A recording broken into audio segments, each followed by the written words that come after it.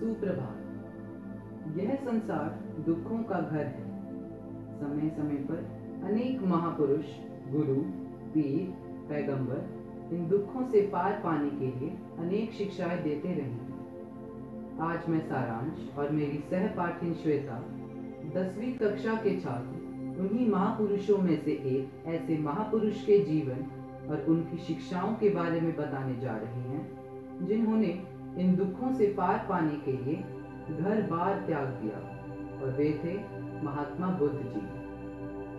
आज बुद्ध पूर्णिमा के अवसर पर महात्मा बुद्ध के जन्म दिवस पर मैं उनके जीवन पर प्रकाश डालने जा रहा हूँ। उनका जन्म नेपाल की तराई में स्थित कपिलवस्तु के लुम्बिनी ग्राम में शाक्य क्षत्रिय कुल में 563 ईस्वी में हुआ था।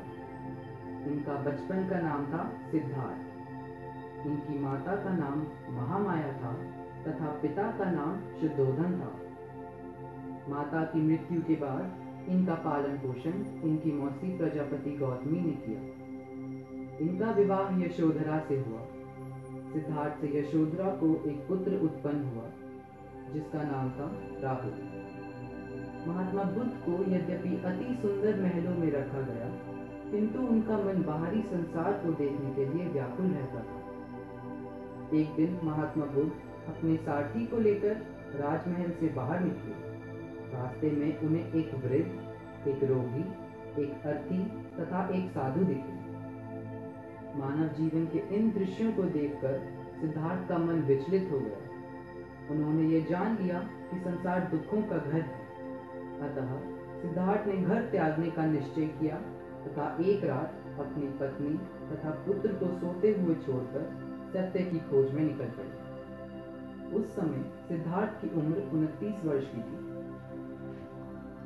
घर का त्याग करने के बाद सिद्धार्थ ने सच्चे ज्ञान की तलाश शुरू कर दी। वह सबसे पहले मगध की राजधानी राजगृह पहुंचे। वह अनेक वनों तथा दुर्गम पहाड़ियों को पार कर अंत समय के समीप अरुवेला वन पहुंचे। वहां उनकी मुलाकात 5 ब्राह्मणों से हुई। ब्राह्मणों के कहने पर सिद्धार्थ ने कठोर तपस्या आरंभ की। 6 वर्षों की कठोर तपस्या के बाद उनका शरीर सूखकर कांटा हो गया। सिद्धार्थ ने वहां फैसला किया कि शरीर को कष्ट देना तो निरर्थक है, अतः उन्होंने भोजन खाना आरंभ किया।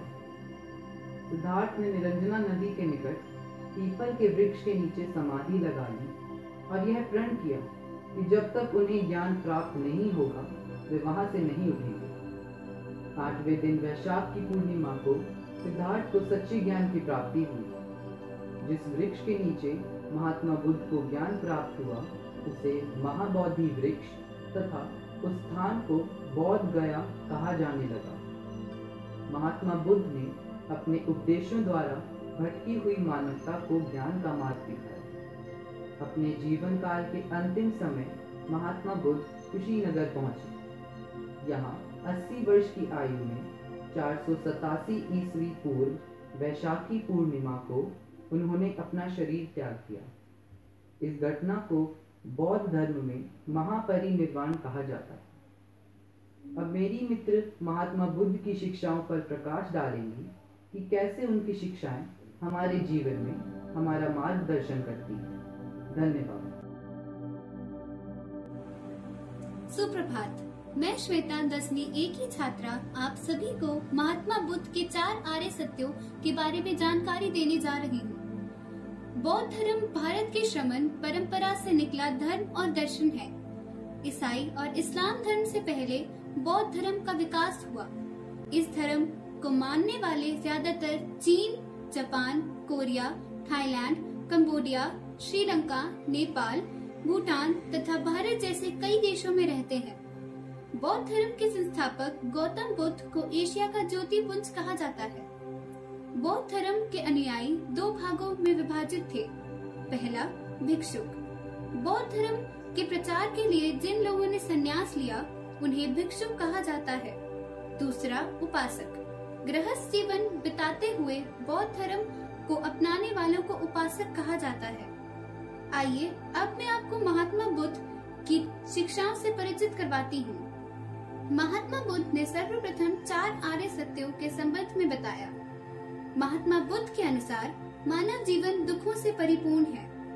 प्रथम आर्य सत्य में बुद्ध ने यह बताया है कि संसार में सभी वस्तुएं दुखमय हैं। उन्होंने जन्म और मरण के चक्रों को दुखों का मूल कारण माना और बताया कि किसी भी धर्म का मूल उद्देश्य मानव को इस जन्म और मृत्यु के चक्र से छुटकारा दिलाना होना चाहिए। दूसरे आर्य सत्यों में बुद्ध ने दुख उत्पन्न होने के अनेक कारण बताए और इन सभी कारणों का मूल इच्छा को बताया।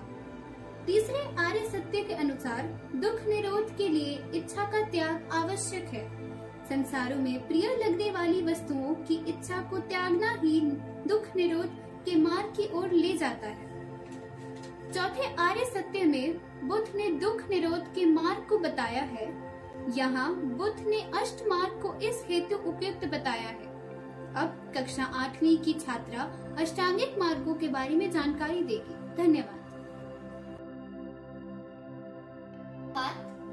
मैं रिया, कक्षा 8वीं ए की छात्रा, बुद्ध पूर्णिमा के उपलक्ष्य पर महात्मा बुद्ध के अष्टांग मार्ग के संबंध में अपने विचार प्रकट करने जा रही हूँ। आप सभी महात्मा बुद्ध द्वारा दिए गए 4 आर्य सत्य से परिचित हो चुके हैं।